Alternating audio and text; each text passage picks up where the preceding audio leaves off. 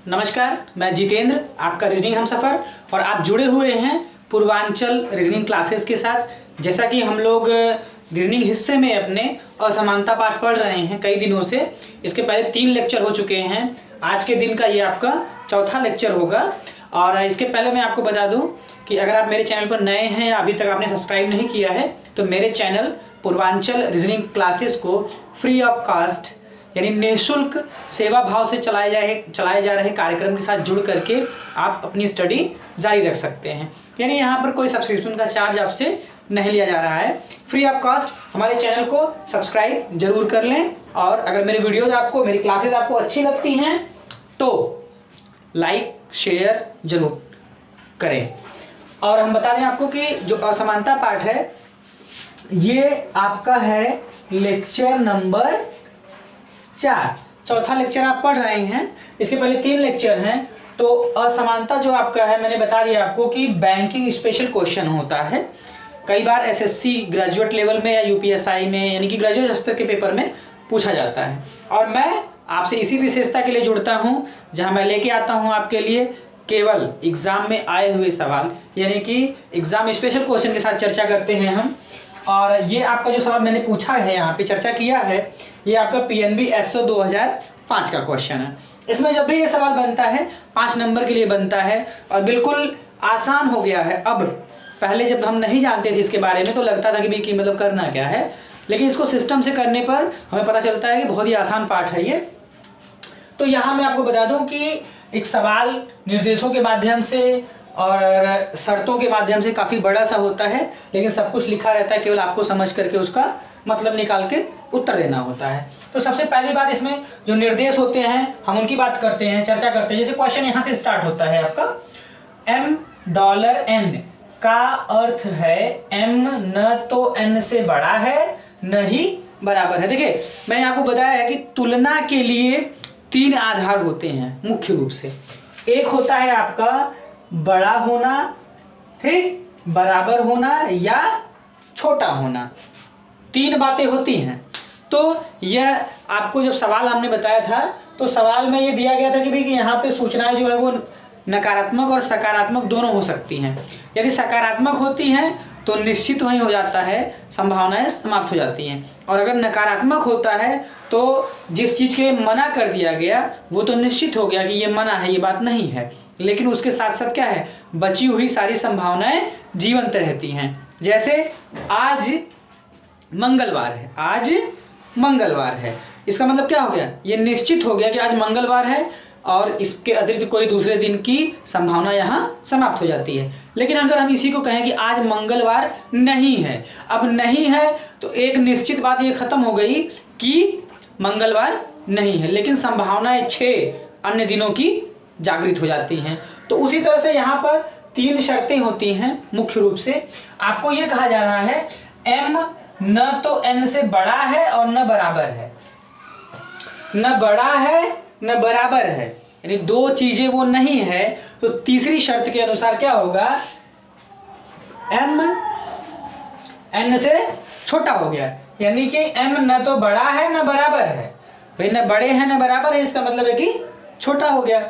उसके बाद m#n, m न तो n से बड़ा है और न छोटा है, न बड़ा है न छोटा है, इसका मतलब क्या हो गया, m और n दोनों क्या हैं, बराबर हैं।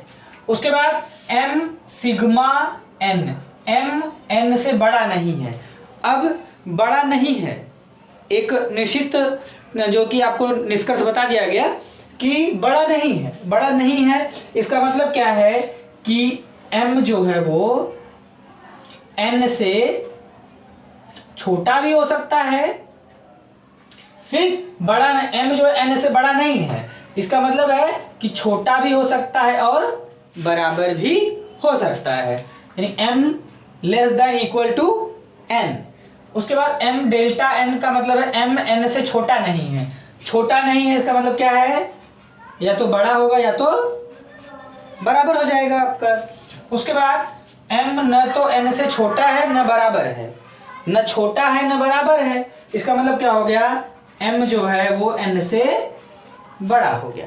तो यहाँ जो निर्देश दिए गए हैं वर्डिंग्स के माध्यम से, शब्दों के माध्यम से ये सवाल में लगाने के लिए शर्तें हैं, निर्देश हैं। उन्हीं निर्देशों को हमने क्या किया, सबसे पहला काम हमारा होता है डिकोड करना कि इस बात का मतलब क्या है। उसको मैंने देखिए यहाँ पे सिंबल्स के माध्यम से डिकोड कर दिया है। अब आते हैं सेकंड स्टेप, हालांकि वो भी लिखा रहता है, मैं आपको बता दे रहा हूं उत्तर देना कैसे होता है। आंसर की जो होती है उसके बारे में चर्चा करते हैं हम आपसे। आंसर की यानी उसमें सवाल में आपको निर्देशित किया जाएगा कि उत्तर एक चुने यदि केवल निष्कर्ष एक सही है, उत्तर दो चुने यदि केवल निष्कर्ष दो सही है। ठीक है, तो इस तरह से ये निर्देश रहते हैं आपके पास। पहले के लिए होता है उत्तर एक चुने, उत्तर एक चुने यदि निष्कर्ष पहला यानी प्रथम निष्कर्ष सत्य है या सही है। यदि पहला निष्कर्ष सही है तो आपको एक चुनना है। ऐसे ही यदि निष्कर्ष दो सत्य है तो आपको दो चुनना है। फिर तीसरे में यदि निष्कर्ष एक अथवा दो सही है, एक अथवा दो, यहां पर संभावना हो जाती है कि यदि पहला सही होगा तो दूसरा गलत हो जाएगा, और अगर दूसरा सही होगा तो पहला गलत हो जाएगा। यानी दो निष्कर्षों में से कोई एक सही होगा तो दूसरा गलत होगा, और दूसरा सही होगा तो पहला गलत हो जाएगा आपका। चौथा आपका कंडीशन दिया गया है यदि पहला और दूसरा, फर्स्ट एंड सेकंड, दोनों गलत हों। यानी दिए गए कथन के अनुसार अगर पहला और दूसरा दोनों निष्कर्ष गलत हो रहा है तो आपको चुनना है 4। उसके बाद आपको यहाँ पे यदि निष्कर्ष 1 और 2 दोनों सही है, 1 और 2 दोनों सही हो रहा है तो आपको चुनना है 5। तो ये निर्देश वर्डिंग्स में रहेंगे। ये जो मैंने डिकोड करके लिख दिया है ये भी निर्देश आपको वर्डिंग्स में रहेंगे। अब आ जाते हैं दिए गए निर्देशों के आधार पर सवाल होते हैं आपसे। पहला सवाल हमने पूछा है कथन, यहाँ मैंने आपको 3 कथन दे दिए हैं, यहाँ पर 1 2 3, ये 3 कथन हो गए। तो ये जो तीनों कथन हैं 1 2 और ये 3, ये तीनों कथन जो हैं इन्हीं कथन को के आधार पर आपको मूल्यांकन करते हुए इन दोनों निष्कर्षों को बताना है कि कौन सा निष्कर्ष सही है और कौन सा गलत है। अब देखिए लगाने के तरीके में जाएंगे तो सबसे पहली स्टेपिंग आपकी होती है कि आप इनको पहले डिकोड कर लेंगे। क्या करेंगे? डिकोड कर लेंगे। यानी m%n, देखिए क्या है ये आपको बता रहा है कि m बड़ा है t से, m बड़ा है t से, ये पहला हो गया। दूसरा p सिग्मा, देखिए क्या बता रहा है, p छोटा भी हो सकता है और बराबर भी हो सकता है t के। उसके बाद j हैश, देखिए क्या बता रहा है, j और p दोनों ही बराबर हैं। ये हो गया इसकी डिकोडिंग। ऐसे ही आपको क्या करना है, निष्कर्ष की भी डिकोडिंग कर लेनी है। निष्कर्ष की डिकोडिंग आप करिए। m हैश क्या बता रहा है, देखिए आपको बराबर को बता रहा है m हैश j, यानी m और j दोनों बराबर हैं। फिर है j डॉलर, आपको बता रहा है j छोटा है m से, यही है ना पहला वाला, j छोटा है m से। अब ये मैंने कथन को भी डिकोड कर लिया है, अपने निष्कर्ष को भी मैंने डिकोड कर लिया है। अब इनके उत्तर की हमें जांच करनी है। उत्तर की जांच के लिए मैंने आपको बताया है कि आप हल करते हैं कौन सी विधि, एरो मेथड। क्या करते हैं? Arrow method. इसको बोला जाता है तीर विधि। एरो मेथड से हल करते हैं आप। अब एरो मेथड में मैंने आपको बता रखा है कि सबसे पहला नाम जो है, यानी m आया हुआ है, तो m की एरो बनाने के लिए आप क्या हैं, फ्री हैं। आपने m बना दिया, m हो गया। उसके बाद बड़ा है, m बड़ा है t से, तो t क्या होगा, निश्चित तौर पर t की एरो क्या होगी, अपेक्षाकृत या कंपैरिजन करने पर छोटी होगी। तो m बड़ा हो गया और t छोटा हो गया आपका। ऐसे ही अगले में देखिए p छोटा है, p छोटा है या बराबर है टी के, तो इसमें जो छोटा होता है पहले उसको बना लेना है, यानी छोटा और बराबर में अगर ड्रॉ करना हो तो सबसे पहले छोटा होगा, उसके बाद कोई चीज़ बड़ी हो बराबर होगी, फिर उसके बाद जाके बड़ी होगी। तो सबसे पहले क्या होगा, जब हम P को ड्रॉ करेंगे तो P क्या हो गया भैया आपका, T की तुलना में छोटा हो गया, P छोटा हो गया, T बड़ा हो गया। साथ ही साथ दूसरी कंडीशन में वो यह भी कह रहे हैं कि दोनों क्या हैं, बराबर हैं, P और T दोनों बराबर हैं। तो क्या हुआ ये आपका, T और P दोनों बराबर हैं, तो M से तुलना करने पर जब M से छोटा T है तो M से छोटा P भी हो जाएगा। अगला देखिए J बराबर P, यानी J और P दोनों बराबर हैं, तो जैसा चित्र J का P का बनाए हैं आप, वैसा ही आपको J का भी बनाना है। ये देखिए, यानी एक कंडीशन के अकॉर्डिंग T, P, J तीनों बराबर हो सकते हैं, एक और कंडीशन के अकॉर्डिंग ये दोनों बराबर दिए ही गए हैं। साथ ही साथ जब हम डॉटेड हिस्से को नहीं इमेजिन करेंगे तब T बड़ा हो जाएगा और P और J दोनों ही उससे छोटे हो जाएंगे, क्योंकि ये दोनों बराबर हैं, तो जैसा व्यवहार T जो है P से होगा वैसा J से भी होगा। M से तुलना करने पर क्या होगा कि ये तीनों क्या हैं आपके, छोटे पड़ जाएंगे।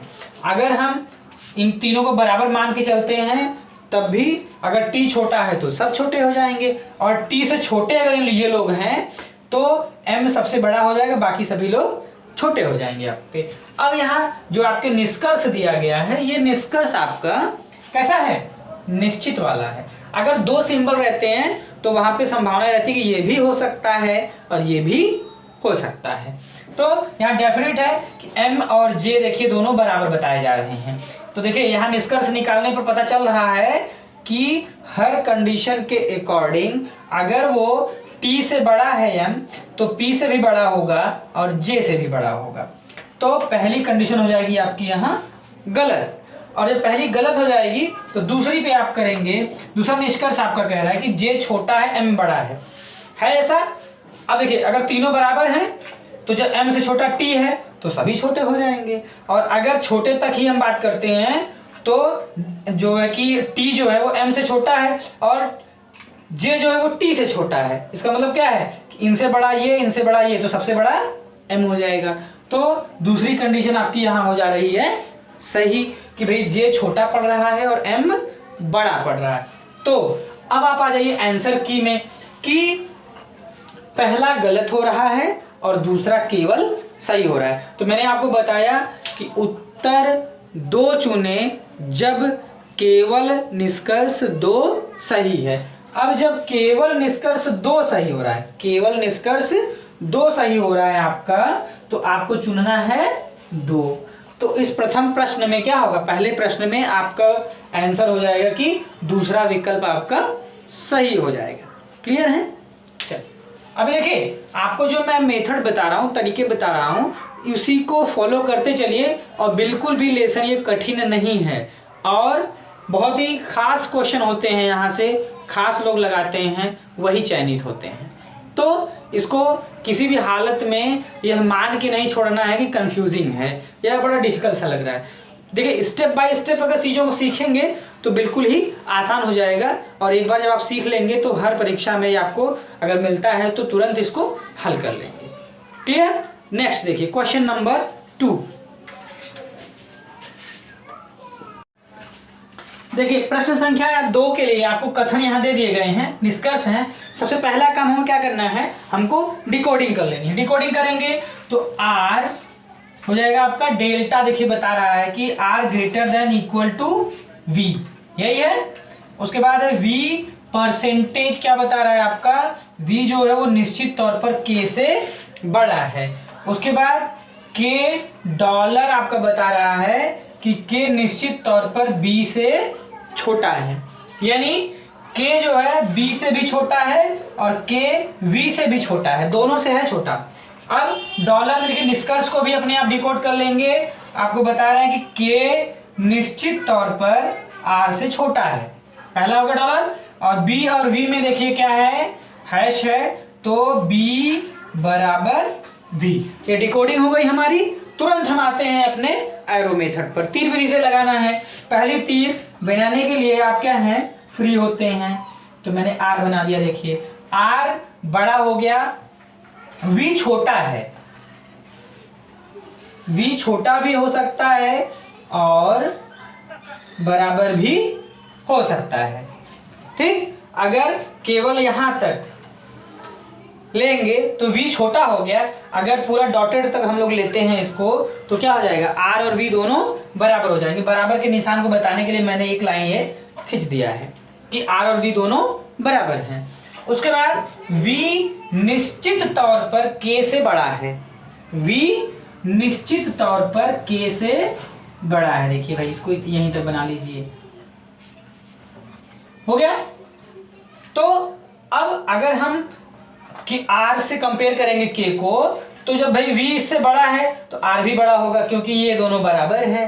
अगर हम बराबर की कंडीशन को न लेकर के वैसे भी करते हैं तो k से बड़ा है v तो v से बड़ा है r, तो निश्चित है कि ये k से बड़ा r भी हो जाएगा। उसके बाद k छोटा है b से। अब देखिए b जो आपका बना हुआ है वो यहाँ तक बना है, या वो यहाँ तक भी हो सकता है, यहाँ तक भी हो सकता है। क्लियर? तो k से बड़ा v है और k से बड़ा b भी है, दोनों हैं। लेकिन k से कितना बड़ा v है और कितना बड़ा b है ये क्लियर नहीं है आप। तो अब मैंने आपको बताया था कि जब इस तरह का कंफ्यूजन हो तो आपको स्टडी करना है हाउ मच, यानी कितना, कितना के पैमाने पर ले जाएंगे अगर आप, तो आपको पता चल जाएगा कि कौन बड़ा है और कौन छोटा है, और कंफ्यूजन की स्थिति होगी वो क्लियर हो जाएगी। अगर ये दिया जाता कि k से 3 मीटर है, b जो है कि 3 मीटर बड़ा है और v आपका 2 मीटर बड़ा है, तब तो b आ जाता बड़ा, क्योंकि भाई 3 मीटर बड़ा है ये और ये 2 ही मीटर बड़ा है। और अगर k से बड़ा है b 1 मीटर और ये होता 2 मीटर, यानी निश्चित मात्रक दिया जाता तो आप कंपेयर कर लेते। लेकिन जब निश्चित मात्रक नहीं दिया गया है तो आप इसको कंपेयर नहीं कर सकते हैं। तो b और v में क्या रिश्ता है ये कंफर्म नहीं है आप, और r और b में क्या रिश्ता है ये भी कंफर्म नहीं है। यानी दोनों, ये जो दिया गया है k से बड़ा b और k से बड़ा v दोनों बड़े हैं, लेकिन कौन कितना बड़ा है ये निर्धारित नहीं किया गया है। इसलिए b और v में कौन बड़ा है कौन छोटा है या क्लियर नहीं कर सकते हैं। और यहाँ आप आ जाइए निष्कर्ष में। पहला निष्कर्ष देखिए, k छोटा है r बड़ा है, ये तय हो गया। अगर हम दोनों को बराबर भी मानते हैं r और v को, तो k हमारा क्या है, v से छोटा है तो r से भी छोटा हो जाएगा जो कि यहाँ दिया गया है। या अगर हम v को छोटा मानते हैं तो r से छोटा है v से छोटा है k, तो सबसे छोटा k हो गया ना। तो पहली निष्कर्ष जो हमारा है वो क्या हो गया, यहाँ सही हो गया। दूसरा ये कह रहे हैं कि b हैश v, यानी b और v दोनों अगर बराबर दिए गए हैं, जबकि यहाँ पर कौन कितना बड़ा है ये निर्धारित नहीं है। ये पूरा अगर हो जाता कि k से 2 मीटर और k से ये भी 2 मीटर, तो दोनों बराबर हो जाते। या किसी कंडीशन में r और b दोनों बराबर होते तब भी हो सकता था। लेकिन यहाँ पे इनके बराबर होने के लिए कोई भी क्लू आपको या निष्कर्ष मतलब कथन में नहीं दिया गया है। तो अब क्या होगा, दूसरा आपका गलत हो जाएगा। अब आ जाइए आप आंसर की में। आंसर की में आपको कैसे करना है कि यदि केवल निष्कर्ष एक सही है, यदि केवल निष्कर्ष एक सही है तो आपको क्या जवाब देना होता है, 1। तो केवल निष्कर्ष एक आपका सही है, दूसरा गलत है, तो क्या होगा आपका जवाब, यहाँ पे केवल 1 हो जाएगा। क्लियर? चलिए अब आगे बढ़ते हैं क्वेश्चन नंबर 3। देखिए क्वेश्चन नंबर 3 आप देखिए, आपको दिया गया है कथन में a hash l y sigma l और n हैश y दिया गया है। तो यहाँ पर क्या हो गया आपका, सबसे पहला काम डिकोड कर लेना है इनको। a हैश क्या बता रहा है, बराबर को बता रहा है, a और l दोनों बराबर हो गए आपके। उसके बाद है y सिग्मा आपका बता रहा है कि y less than equal to l। उसके बाद n इक्वल टू y, ये हो गया यहाँ तक। अब निष्कर्षों को भी इस तरह से आपको क्या कर लेना है, डिकोड कर लेना है। डिकोड कैसे करेंगे आप, ये जो आपका डेल्टा है वो क्या बता रहा है कि L greater than equal to N हो जाएगा। उसके बाद N सिग्मा A, तो N सिग्मा A देखिए सिग्मा बता रहा है कि N less than equal to A, ये है। यानी कथन को भी डिकोड करना है, निष्कर्ष को भी डिकोड करना है, उसके बाद आ जाना है अपने मेथड पे। तो सबसे पहली एरो जो आपकी है वो है ए को आपने बना लिया फ्रीली। उसके बाद दूसरा है एल का नाम आया है, तो ए और एल जब दोनों बराबर हैं तो आपने बना दिया कि भी ए और एल दोनों बराबर हो गए। फिर क्या है, y जो है वो l से छोटा भी हो सकता है और बराबर भी हो सकता है। तो y जो है आपका ये हो गया, देखिए छोटा भी हो सकता है, साथ ही साथ मैंने डॉटेड करके इसको बना दिया कि ये बराबर भी हो सकता है। फिर अगली कंडीशन में वो कह रहे हैं कि n और y दोनों बराबर हैं, देखिए तो इसके हिसाब से बराबर हो गए, और यहां तक अगर हमने ले लिया है तो भी बराबर हो जाएंगे। क्लियर। अब इसको आ जाते हैं निष्कर्ष में कंपेयर करने के लिए। हम इसको तिरछे में थोड़ा सा छोटा दिख रहा है भाई, इसको थोड़ा सा ऊपर कर दीजिए, हो गया ये। अब निष्कर्ष में आ जाते हैं हम, अगर कि L डेल्टा N का मतलब क्या है, L छोटा भी हो सकता, बड़ा भी हो सकता है और बराबर भी हो सकता है। देखिए इनको कंपेयर करेंगे तो बराबर भी हो सकता है, अगर डॉटेड तक हम लेंगे इसको तो L और N बराबर हो सकते हैं, सही हो गया। या अगर हम जब डॉटेड तक नहीं लेंगे तो L मेरा बड़ा हो जाएगा, N मेरा छोटा हो जाएगा, तो क्या होगा, पहला मेरा हो गया सही। ऐसे ही N और A को कंपेयर करेंगे तो अगर हम डॉटेड तक लेंगे N को तो A से कंपेयर करने पर क्या होगा, दोनों बराबर हो गए। और अगर हम डॉटेड तक नहीं लेते हैं तो N मेरा छोटा नजर आ रहा है और A मेरा बड़ा आ रहा है, तो दोनों ही मेरे सही हो गए निष्कर्ष कथन के आधार पर। अब हम आ जाते हैं यहाँ उत्तर देने के लिए। आंसर की मेरा ये बता रहा है कि यदि दोनों निष्कर्ष यानी प्रथम और द्वितीय, पहला और दूसरा निष्कर्ष दोनों सही है तो आपको चुनना होता है 5। यहाँ देखिए दोनों सही हो गए हैं तो आप क्या करेंगे, विकल्प में जाएंगे और 5वें विकल्प को चुन लेंगे। क्लियर। क्वेश्चन नंबर 4 पे आइए। देखिए क्वेश्चन नंबर 4 में आपको कथन दिया गया है कि W sigma Q, R percentage Q और X हैश Q सभी जो है Q से ही वो कंपेयर किए गए हैं। तो पहला आप डिकोड करेंगे तो क्या होगा आपका, W सिग्मा आपको बता रहा है कि W less than equal to Q, यानी W जो है वो Q से छोटा भी हो सकता है और बराबर भी हो सकता है। R परसेंटेज Q का मतलब क्या है, R निश्चित तौर पर Q से बड़ा हो गया। उसके बाद X हैश A यानी X हैश Q है तो X और Q दोनों ही क्या हो गए, बराबर हो गए। निष्कर्ष में देखेंगे W और X को हैश जोड़ रहा है तो W बराबर X, पहला ये हो गया निष्कर्ष। दूसरा है W डेल्टा डॉलर है तो W लेस देन X, ये हमारी डिकोडिंग के बाद आया है। आ जाते हैं तुरंत अपने मेथड पे आएंगे, एरो मेथड लगाएंगे। एरो मेथड में पहली एरो है आपकी W, आप लगा दीजिए W को। W क्या है, वो Q के बराबर भी हो सकता है और Q से छोटा भी हो सकता है, यानी Q बड़ा भी हो सकता है। तो सबसे पहले भी बराबरी तो कर लीजिए, पहले W और Q दोनों क्या हो गए, बराबर हो गए। दूसरी एक कंडीशन में कह रहे हैं कि W की तुलना में Q जो है वो आपका बड़ा भी हो सकता है, तो इसको ऐसे कर दीजिए, यहाँ तक बड़ा हो गया। Q क्या है, वो W के बराबर भी हो सकता है और बड़ा भी हो सकता है। R जो Q से निश्चित है कि बड़ा है, देखिए ये हो गया आपका R। फिर है X और Q दोनों बराबर हैं, X और Q दोनों बराबर हैं तो X हो गया बराबर के लिए।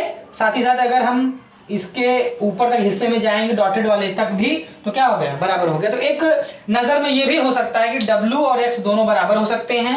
एक नजर में ये भी हो सकता है कि W छोटा होगा और X आपका बड़ा होगा, क्योंकि जब हम Q के हिसाब से डॉटेड हिस्से तक इसके जाएंगे।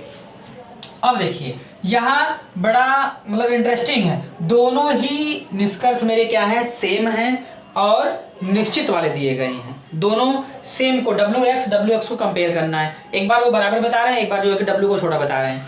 तो देखिए एक कंडीशन के हिसाब से जब हम डॉटेड हिस्से को नहीं लेते हैं तो W और X दोनों बराबर हो जाएंगे। बराबर हो गया। अच्छा, जब ये बराबर हो गया, मैंने एक कंडीशन को माना है अभी बराबरी को लेकर के, जब मैंने बराबर को माना W और X दोनों बराबर है मेरे, तब दूसरी कंडीशन जो है W छोटा हो गया और X बड़ा हो गया। गलत हो गया, क्योंकि यही मैं कह रहा हूं कि पहला जो है कि दोनों पहले के हिसाब से दोनों बराबर हैं, तो दूसरी बार वो छोटा बड़ा कैसे हो सकता है भाई, बराबर हो गया। अब दूसरी नजर में देखिए, जब मैंने x को यहां तक डॉटेड हिस्से तक ले लिया तो w और x दोनों बराबर नहीं रह गए, दोनों बराबर नहीं रह गए। तो अब क्या हो गया, w मेरा छोटा पड़ गया और x मेरा बड़ा हो गया, तो दूसरा कथन मेरा सही हो गया। ये देखिए वही स्थिति है, यहां समझिएगा ये x लिखा हुआ है और ये क्रॉस किया गया है गलत के लिए, ठीक है, इसको x पढ़ेंगे आप। तो जब मेरा पहला सही हो रहा था तो दूसरा गलत हो गया, और जब दूसरा सही हो रहा था तो पहला गलत हो रहा था। ठीक, ये हो गया, दूसरा सही होगा तो पहला गलत हो जा रहा था। तो इस कंडीशन में आपको करना क्या है कि या की कंडीशन बन रही, पहला सही या दूसरा सही, यही हुआ ना, पहला सही या दूसरा सही हो गया। तो कंफ्यूजन की स्थिति है। तीसरा विकल्प इसके लिए दिया गया है आपको कि जब उत्तर 1 या 2 सही हो तो आपको 3 चुनना होता है। तो यहां पे क्या करेंगे आप, उत्तर 3 चुनेंगे। नेक्स्ट और लास्ट क्वेश्चन, क्वेश्चन नंबर 5 देखिए। नेक्स्ट देखिए आप क्वेश्चन नंबर 5, कथन आपको दिया गया है C#Z C सिग्मा F और J$F। तो कुछ गलत हो रहा है यहां पर, एक मिनट वेट, नहीं ठीक है ठीक है ठीक है ठीक है यहां तक। उसके बाद देखिए निष्कर्ष में J#Z और J%C दिया गया है। तो सबसे पहला काम आपको क्या करना है, डिकोडिंग कर लेनी है। डिकोडिंग कर लीजिए भाई, C बराबर Z हो जाएगा, हैश यही बता रहा देखिए। उसके बाद है C सिग्मा बता रहा है आपको less than equal to F। उसके बाद J डॉलर बता रहा है कि J लेस देन F। उसके बाद J#Z में आप आ जाएंगे अगर तो J और Z दोनों बराबर हो गए। उसके बाद है J%C, तो J क्या हो गया आपका C से बड़ा हो गया। ये आपको सवाल हल करना है। अभी तक मैं हल नहीं किया, देखिए केवल सबसे पहला काम क्या है, आपको डिकोडिंग कर लेना। डिकोडिंग करने के बाद चलिए देखिए हल करने के मेथड में हम लोग चलते हैं। तो हल करने पे हमें ये पता चलेगा कि इसमें से कौन सा निष्कर्ष मेरा सही या गलत हो रहा है। तो सबसे पहली एरो मैंने आपको बताया कि C है और उसको बनाने के लिए आप फ्री होते हैं। उसके बाद Z से कंपेयर है तो दोनों ही तीर क्या हैं, दोनों ही बराबर दी गई हैं। आगे फिर C छोटा है या बराबर है F से, तो F बड़ा हो जाएगा। सबसे पहले दोनों को बराबर तो कर लीजिए, ये हो गया आपका F और ये हो गया C से बड़ा, C छोटा हो गया और F बड़ा हो गया। जब यहां तक लेंगे तो तीनों क्या हो गए आपके, बराबर हो गए। अब तीनों बराबर हो गए, फिर ये कह रहा है कि J छोटा है F से। अब देखिए J छोटा है तो J छोटा हो गया आपका, देखिए यहाँ F बड़ा है। तो अब C से इसका क्या रिलेशन है, ठीक, ये कंफर्म आप नहीं बता पाएंगे क्योंकि J देखिए J और Z दोनों बराबर हैं। J और Z है नहीं, F से छोटा ये भी है, लेकिन अगर ये दोनों बराबर हैं तो ये बराबर नहीं है, तो बराबर नहीं है तो यहाँ बराबर होने की संभावनाएं समाप्त हो जाती है। तो पहला हो गया आपका गलत। और ऐसे ही यहाँ दिया गया है कि J आपका बड़ा है, J आपका बड़ा है और C आपका छोटा है, जबकि F से छोटा है आपका J। तो अगर इन दोनों को बराबर भी लेंगे आप तो जैसा ये F के साथ व्यवहार है वैसा ही C के साथ व्यवहार होगा। तो C से छोटा ये होना चाहिए, न कि बड़ा होना चाहिए। तो दोनों ही आपके निष्कर्ष यहाँ गलत हो रहे हैं। जब दोनों निष्कर्ष गलत हो जाता है तो पहला और दूसरा दोनों गलत होता है, तो आपको चुनना क्या होता है, 4 चुनना होता है। क्लियर है यहाँ तक? चलिए, तो मेरी तरफ से असमानता पाठ में इतना ही। शेष अभ्यास आपको स्वयं करना है। मैंने आपको लगभग 20 से 22 सवाल हमने आपको प्रैक्टिस करके दिखा दिए हैं। अब आपकी जिम्मेदारी बनती है कि आप अधिक से अधिक प्रैक्टिस करिए और इस पाठ को लेकर के निश्चिंत हो जाइए, अभ्यास करके एक्सपर्ट बन जाइए, ताकि कभी भी ये सवाल पूछा जाए तो आप उसको लगा दें। क्लियर है यहाँ तक? चलिए, अच्छा, धन्यवाद।